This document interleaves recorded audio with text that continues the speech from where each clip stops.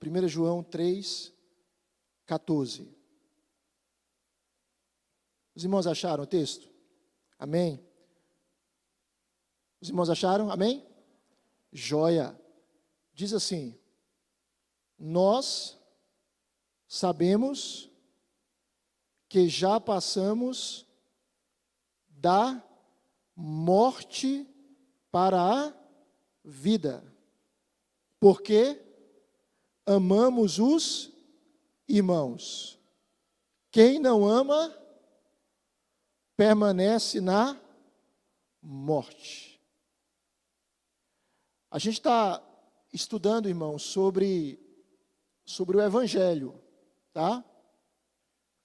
E a gente tem aprendido que o Evangelho não é o ABC da vida cristã. O Evangelho é o A a Z da vida cristã. Não há vida cristã sem Evangelho. E nós trabalhamos esse último ponto aqui, no nosso último encontro, que mostra que o Evangelho é a boa notícia sobre o que Jesus Cristo fez para restaurar a nossa relação com Deus. Presta atenção. O que acontece quando a gente se torna cristão? Quando nós nos tornamos cristãos, há uma mudança de condição. Então, assim, ser cristão não é simplesmente a pessoa dizer, eu era da religião A, B ou C, e agora eu sou evangélico. É muito mais do que isso. É uma mudança de condição. Olha o que 1 João 3,14 diz, que nós passamos de quê?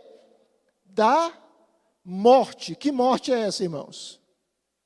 Morte eterna, morte espiritual. E o que é morte espiritual? Separação de Deus. Então nós passamos da morte para o que, irmãos? Para a vida. Para a vida. Então a ideia é, ou a pessoa está em Cristo, ou ela não está. Ou ela foi perdoada, ou ela não foi. Ou ela foi aceita, ou não foi. Ou ela tem a vida eterna, ou não tem. Não há aquele negócio, aquele crente cinza. Ele é crente mais ou menos. Ele é salvo, acho que sim, talvez não. Não funciona assim. Está entendendo? Por quê? Porque quando a pessoa se torna crente, verdadeiramente, ela passa da morte para a vida. Olha aí na sua Bíblia, Efésios capítulo 2, versículo 1. Veja aí, por favor, Efésios 2, 1. Efésios capítulo 2, versículo 1. Texto muito conhecido, não é? Olha o que Paulo diz. Ele lhes deu vida quando vocês estavam mortos em suas transgressões e pecados. Então, em Cristo, nós temos vida. O pecado nos matou, mas Cristo nos ressuscitou. A vida de Deus está em nós. Então nós vimos que o Martin Lloyd Jones, ele usava uma pergunta diagnóstica para entender a compreensão da pessoa sobre a sua condição espiritual. E a pergunta do Lloyd Jones era a seguinte: você está pronto agora para afirmar que é cristão? Você está pronto para dizer que é um crente? E o próprio Lloyd Jones, ele dizia o seguinte, que a essência da salvação cristã é afirmar que Cristo é bom o bastante e que eu estou nele. Então, o que é ser crente, irmãos? Ser crente é estar em Cristo. Então, Lloyd Jones, ele ressaltava que tornar-se cristão é uma mudança no relacionamento com Deus. Nós passamos a estar em Cristo. E J.I. Packer, ele resume o Evangelho dizendo que o Evangelho é isso: Deus salva pecadores. Isso é o Evangelho. Vamos avançar um pouquinho mais? Essa parte aqui, pode seguir, pode avançar. Veja, eu queria ver com vocês, só fechando o que a gente falou também no nosso último encontro, que o Evangelho, pode passar essa parte, Amanda, não são os...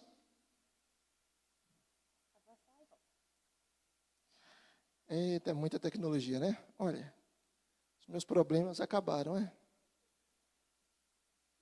Joia.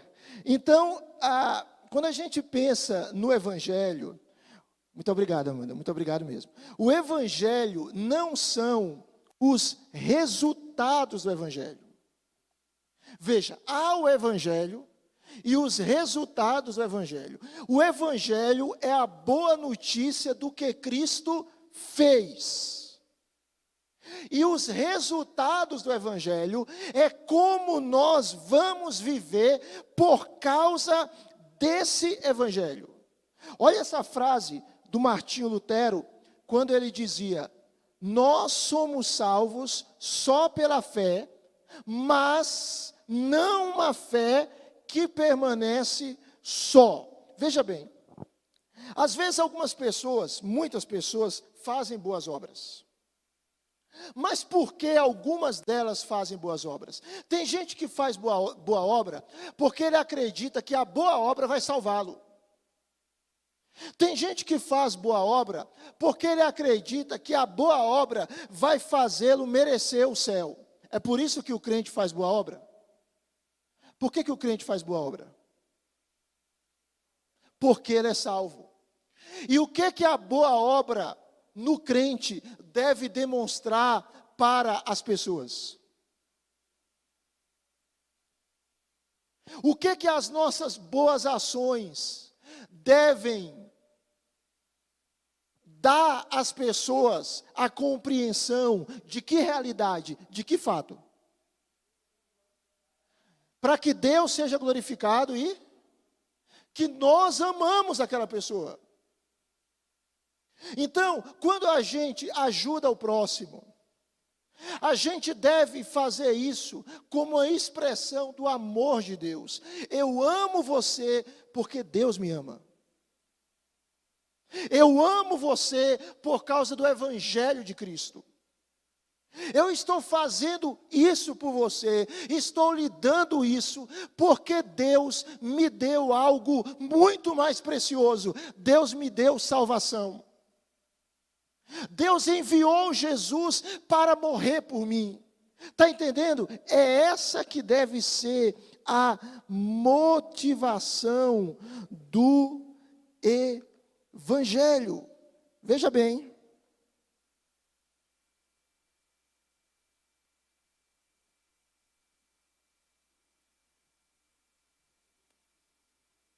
Tecnologia, né? É uma bênção, mas às vezes tem uma senha, né? E a gente não sabe qual é a senha. Então acontece. Então, fé e obras, irmãos, quando a gente pensa em fé e obras não podem ser jamais confundidas uma com a outra. Parece que está funcionando agora. Nem podem ser separadas uma da outra. Note bem, eu coloco aqui, a crença no Evangelho nos leva a cuidar dos pobres. A crença no Evangelho nos leva a participar ativamente da nossa cultura. Fé e obras são elementos distintos, mas estão unidos. A verdadeira fé, como é que a gente demonstra que tem uma verdadeira fé? Pelas nossas obras, pelas nossas ações. Ou seja, são realidades distintas, mas que estão unidas. Assim também, o Evangelho e os resultados do Evangelho são realidades distintas, mas que estão unidas. Eu vou caminhar mais um pouquinho aqui, presta atenção. Acho que resolveu aqui, Amanda. Vamos lá.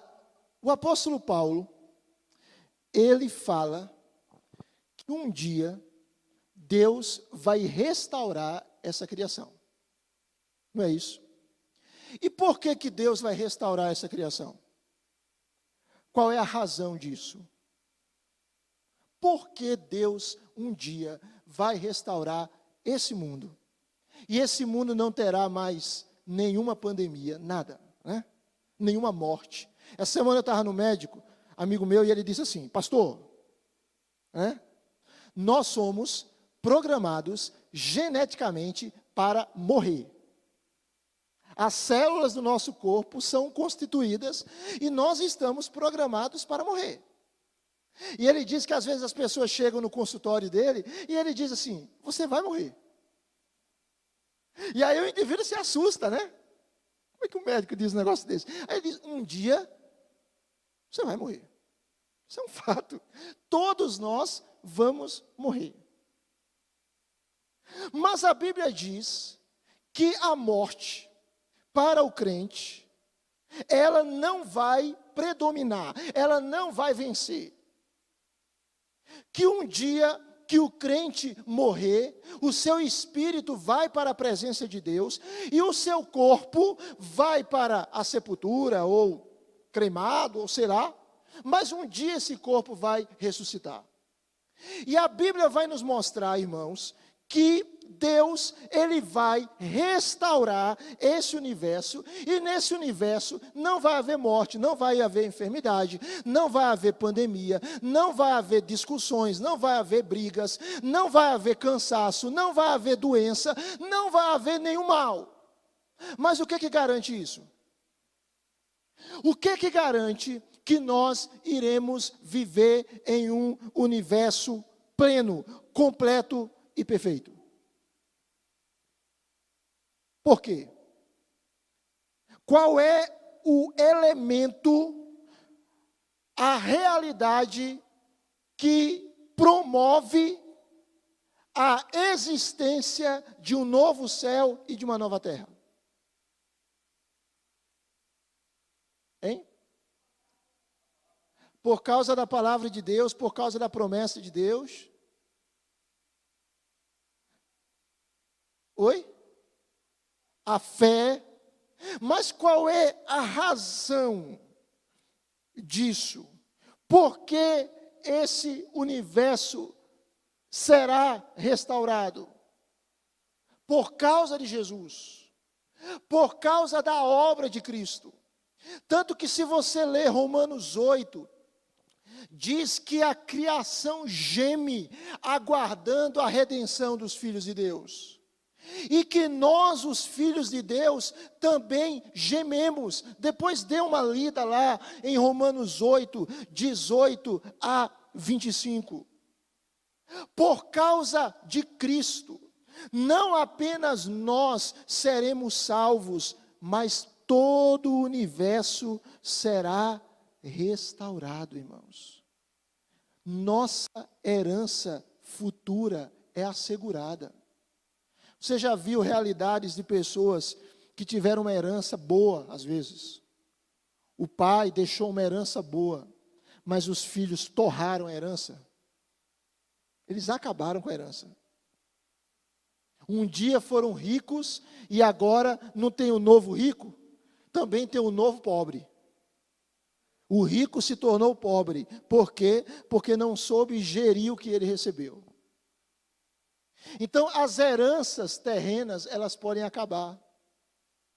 Mas a herança que nós temos em Cristo, ela está assegurada. Nós vamos herdar um mundo renovado. E nós vamos reinar com Cristo nesse mundo renovado. Mas o que é que Deus faz?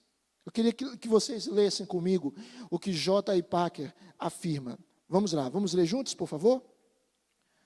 O Evangelho apresenta soluções para esses problemas de sofrimento e injustiça, mas o faz primeiro resolvendo o mais profundo de todos os problemas humanos, o problema do relacionamento do homem com seu Criador. E se não esclarecermos que a solução daqueles problemas depende da solução desse último, estaremos deturpando a mensagem e tornando-nos falsas testemunhas de Deus. Vamos imaginar o seguinte: uma pessoa vai no médico e porventura ela descobre lá que tem um cisto.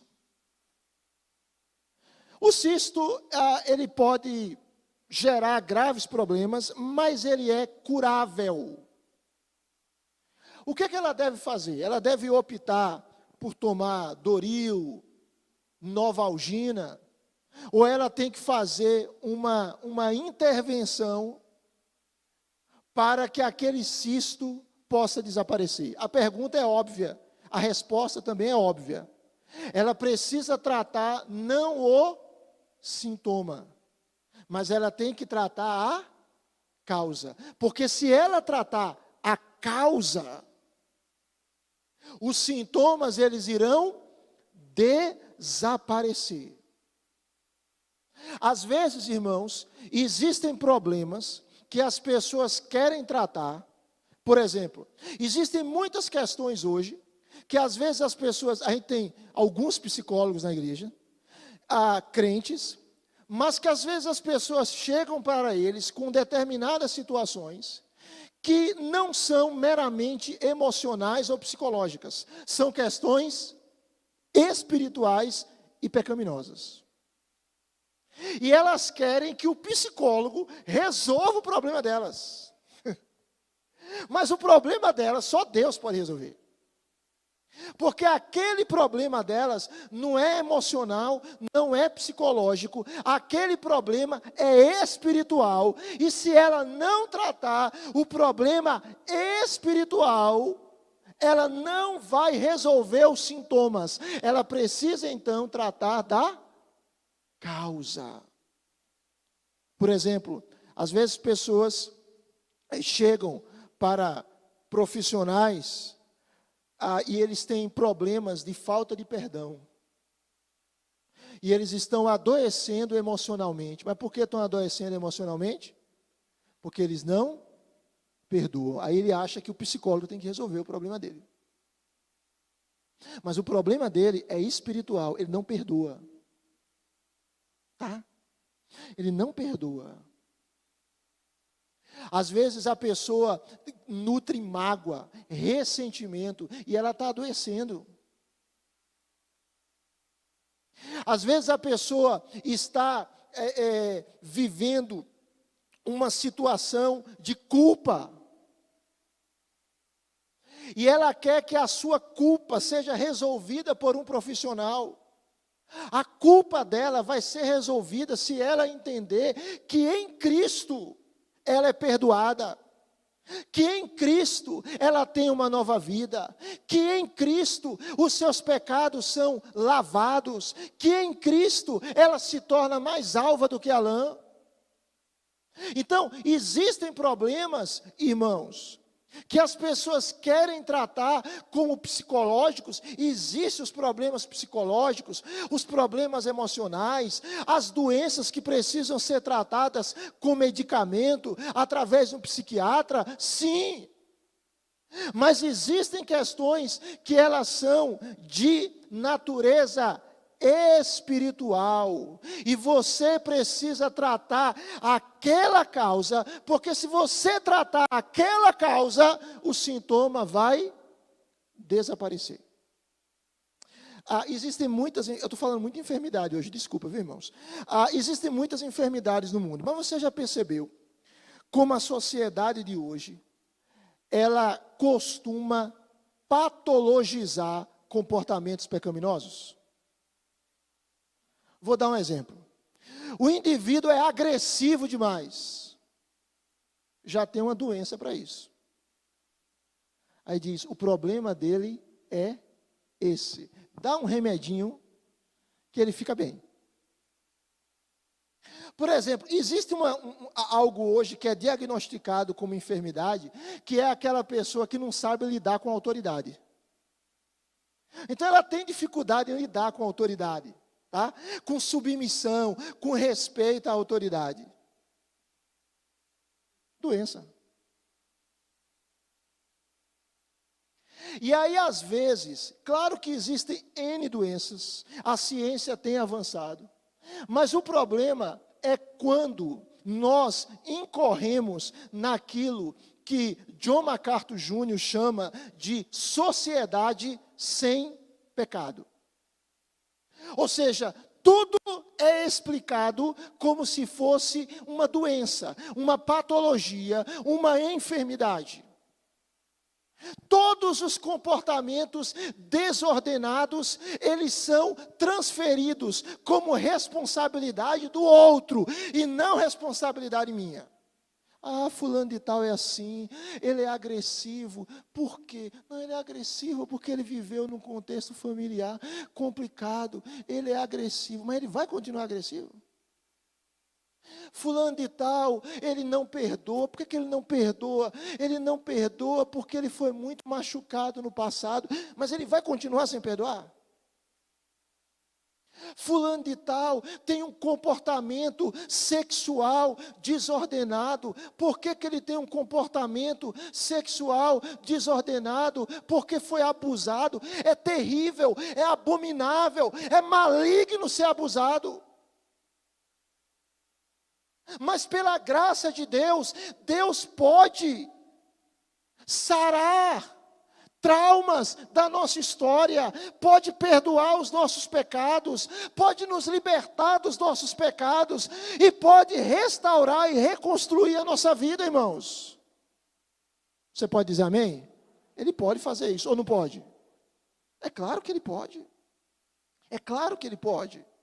Então, Packer está mostrando que o Evangelho, ele apresenta soluções para problemas como o sofrimento, como a injustiça, mas como é que ele traz solução para isso? Apresentando a causa do problema, apresentando a origem do problema. Deus, então, Ele nos chama, irmãos, e Ele nos chama, como igreja, para sermos uma comunidade de amor. A gente está estudando esse texto aqui, João 17, do verso 20 ao verso 23, nos nossos grupos pequenos. E o estudo dessa semana vai mostrar que a unidade, ela é necessária para que a igreja venha impactar o mundo. À medida que nós cremos no Evangelho, amados irmãos, nós iremos viver uma vida de amor. À medida que nós entendemos o que Cristo fez por nós, nós vamos, de fato, amar. Mas veja bem, o verdadeiro Evangelho, ele tem inimigos. Teve um pai da igreja chamado Tertuliano, que ele falou sobre isso. Olha a afirmação dele. Ele disse o seguinte: assim como Jesus foi crucificado entre dois ladrões, o Evangelho também é sempre crucificado entre esses dois erros. Quais são esses dois erros que eu e você devemos fugir? Religião e irreligião. Legalismo e antinomismo. Moralismo e relativismo. Eu vou explicar isso.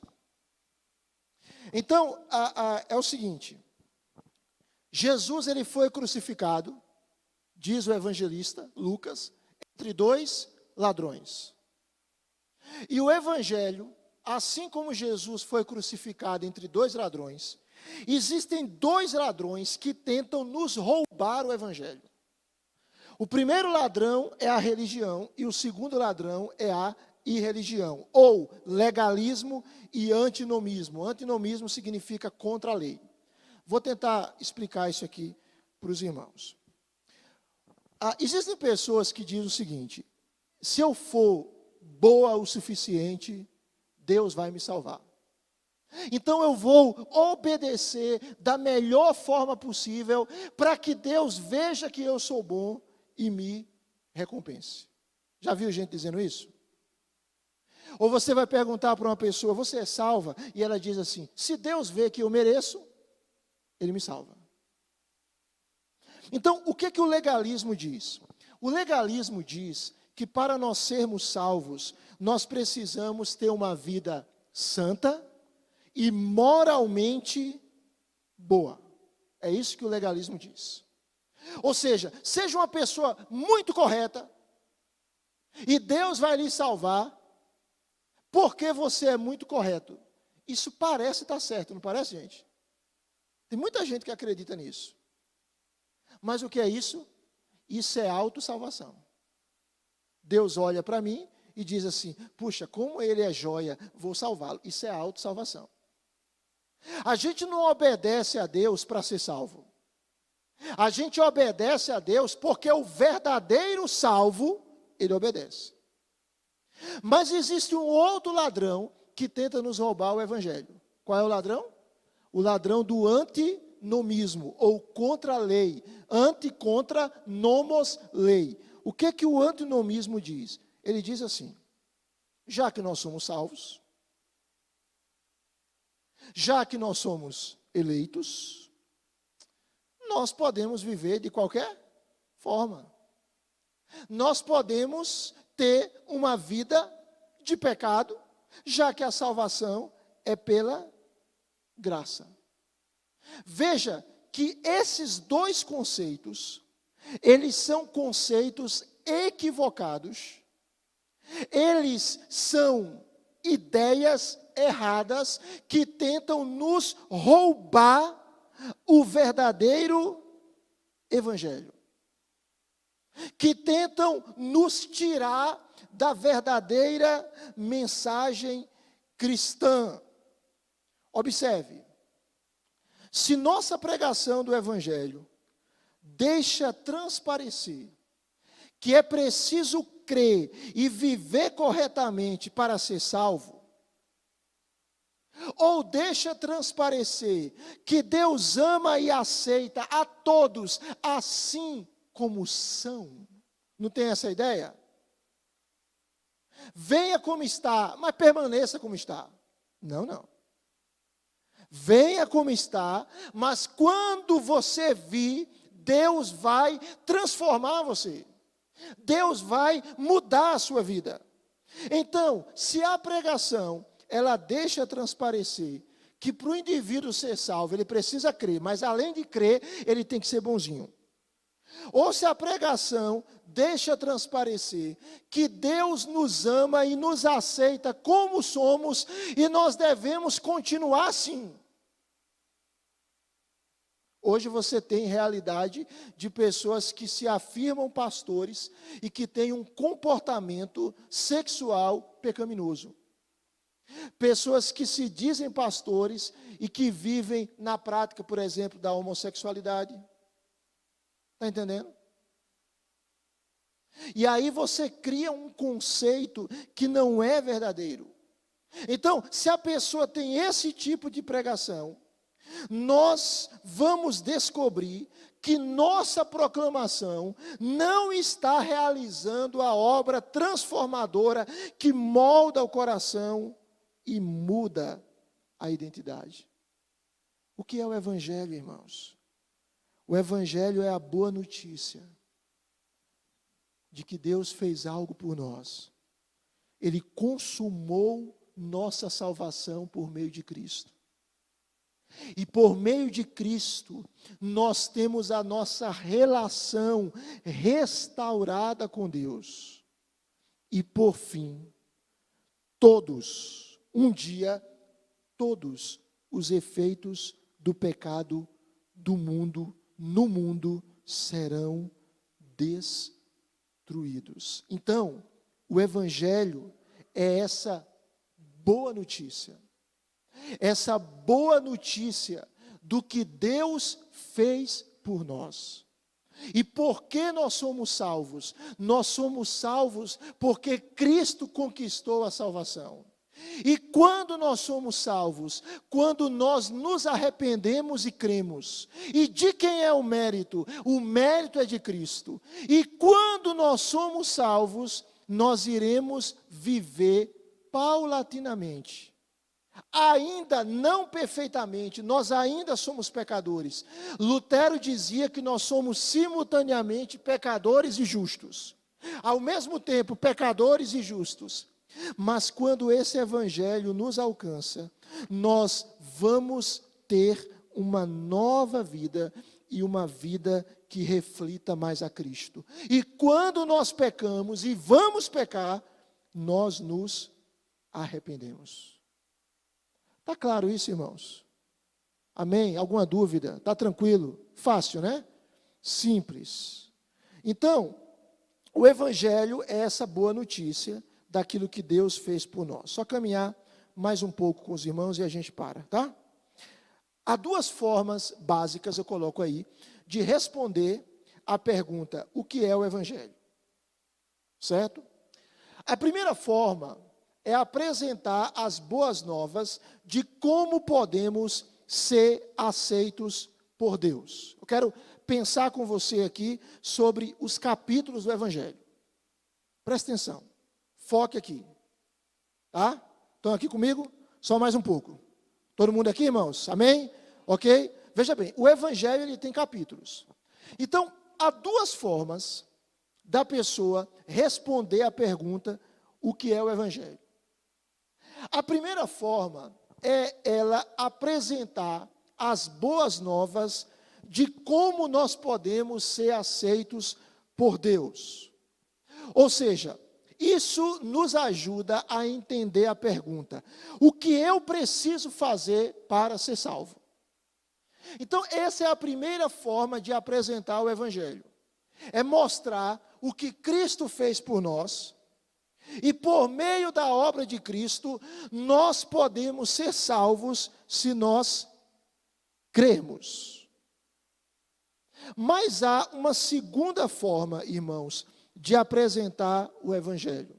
E essas duas formas, elas não se excluem, mas elas se complementam. É mostrar as boas notícias do que Deus realizará plenamente na história, por meio da salvação em Jesus. Enquanto a primeira forma de apresentar o Evangelho responde à pergunta, o que eu preciso fazer para ser salvo? A segunda forma de apresentar o Evangelho responde à pergunta, existe esperança para o mundo? Existe esperança para o mundo? Então veja, que a primeira maneira de mostrar o Evangelho, ela é mais individualizada. Ela vai ao encontro do indivíduo na sua necessidade específica. A segunda maneira de apresentar o Evangelho, ela é coletiva. Ela trabalha não apenas a necessidade do indivíduo, mas ela mostra o mundo como um todo. Há esperança para o mundo. Então, o Evangelho responde às duas coisas. O Evangelho responde o que eu preciso para ser salvo, e o Evangelho responde há esperança para o mundo, e as duas perguntas o Evangelho responde afirmativamente. Eu posso ser salvo mediante a fé em Cristo, e há esperança para o mundo, e a esperança para o mundo está em Cristo. É por isso que a igreja, em todo tempo, ela precisa ser uma comunidade que prega esperança para as pessoas. Tá, gente? Nós estamos vivendo em um mundo em que as pessoas estão desesperadas. Estamos aí vendo a corrida pela vacina. Começou no Reino Unido, foi aprovada emergencialmente nos Estados Unidos.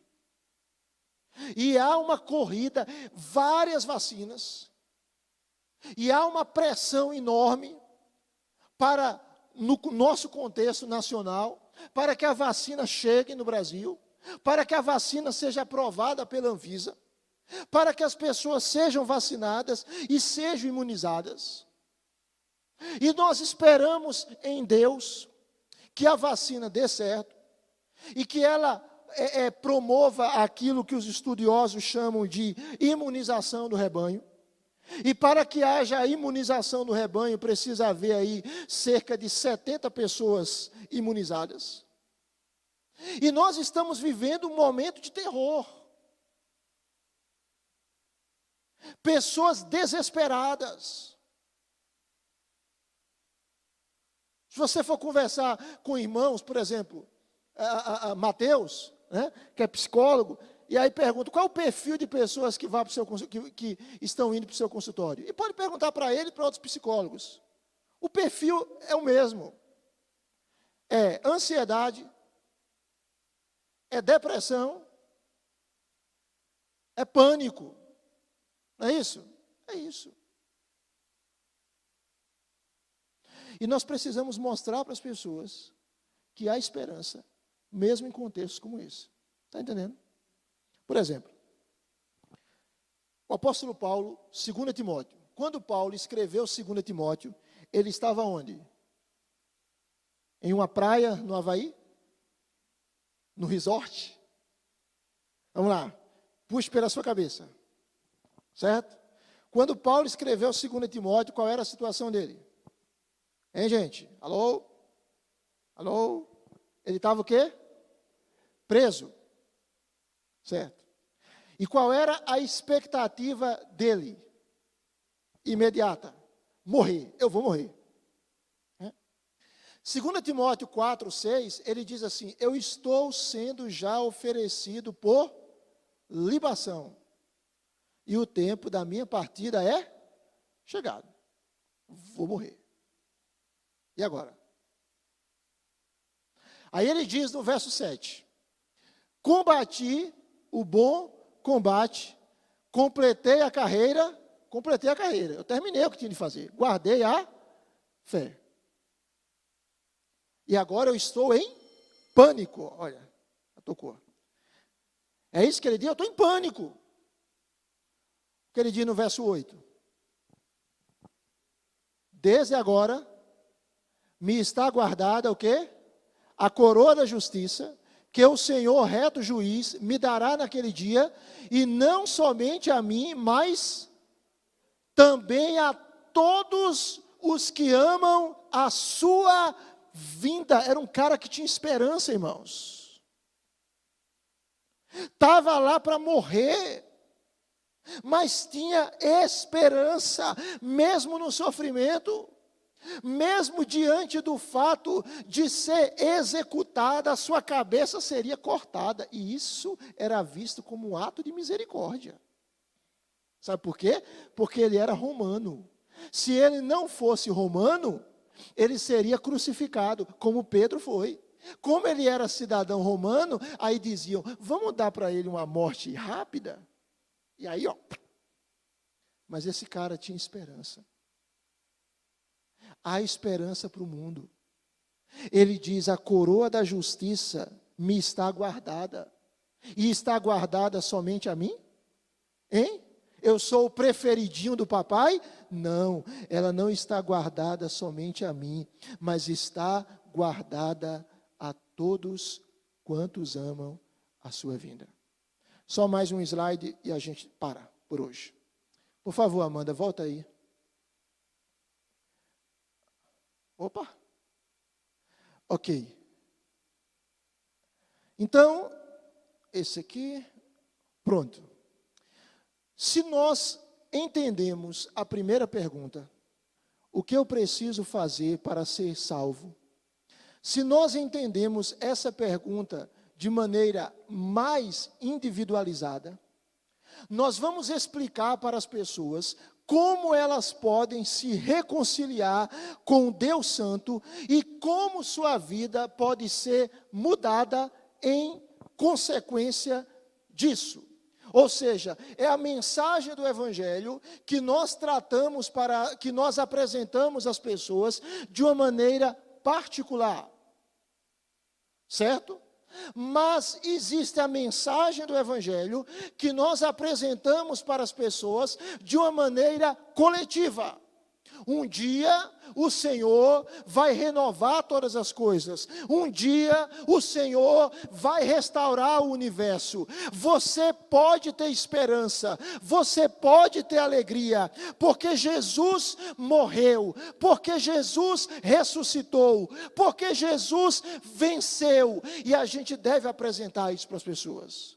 A nossa esperança de um universo restaurado está no Evangelho e somente no Evangelho. E essa resposta pode ser esboçada da seguinte maneira, e é isso que nós vamos trabalhar no nosso próximo encontro.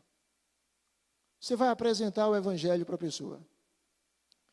Eu e você precisamos entender e mostrar quem é Deus, o que é o pecado, quem é Cristo, o que Ele fez e o que é fé. Tá? Quem é Deus, o que é o pecado, quem é Cristo, o que Cristo fez e o que é fé. Vamos ficar por aqui? Algum irmão tem alguma pergunta?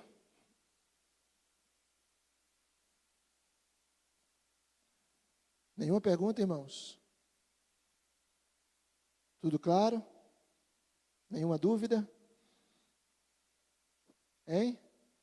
Quem se voluntaria aqui para fazer uma exposição sucinta do Evangelho em 30 segundos? Hã? O que é o Evangelho, irmãos? É a boa notícia. A boa notícia é que o quê? Que Jesus morreu por nós para nos salvar. Quais são os dois grandes inimigos do Evangelho? Religião e irreligião, ou legalismo e antinomismo, ou moralismo e liberalismo, é a mesma coisa.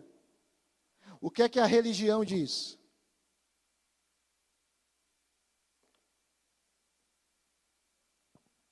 Hein? Exatamente, a religião diz, você tem que ser moralmente bom para ser salvo. Isso é Evangelho? Não. E o que é que a irreligião diz? Viva de qualquer maneira. Seja o seu salvador. Já que você é salvo pela graça mediante a fé, então, né?